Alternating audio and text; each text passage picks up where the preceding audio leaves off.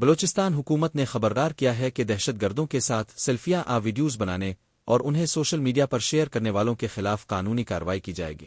محکمہ انسداد دہشت گردی (CTD) کے ایک افسر نے نام ظاہر نہ کرنے کی شرط پر بتایا کہ حالیہ مہینوں میں بعض بلوچ شدت پسند گروہ اچانک بڑی تعداد میں چھوٹے شہروں شاہراہوں پر نمودار ہے کر مختصر وقت کے لیے علاقہ سڑک کا کنٹرول سنبھال لیتے۔ ان واقعات کے دوران دیکھا گیا کہ عام شہری ان شدت پسندوں کے ساتھ سیلفیاں لیتے ویڈیوز بناتے ٹک ٹاک اور فیس بک جیسی سوشل میڈیا ایپس پر اپلوڈ کرتے ہیں۔ افسر کے مطابق حکومت نے دہشت گردی کو کسی بھی انداز میں گلوریفائی تائید و تعریف کرنے والوں کے خلاف سخت پالیسی اختیار کرنے کا فیصلہ کیا ہے۔ ایسے افراد کو نہ صرف معاون جرم سمجھا جائے گا بلکہ ان کے خلاف مقدمات درج کیے جائیں گے۔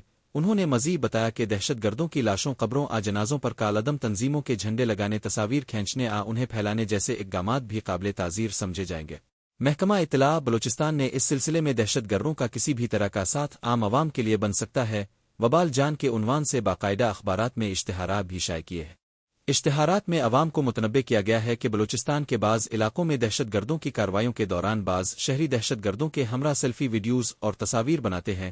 یہ عمل نہ صرف غیر ذمہ دارانہ بلکہ ایسے افراد تذیرات پاکستان کے تحت معاون جرم تصور کیے جائیں گے۔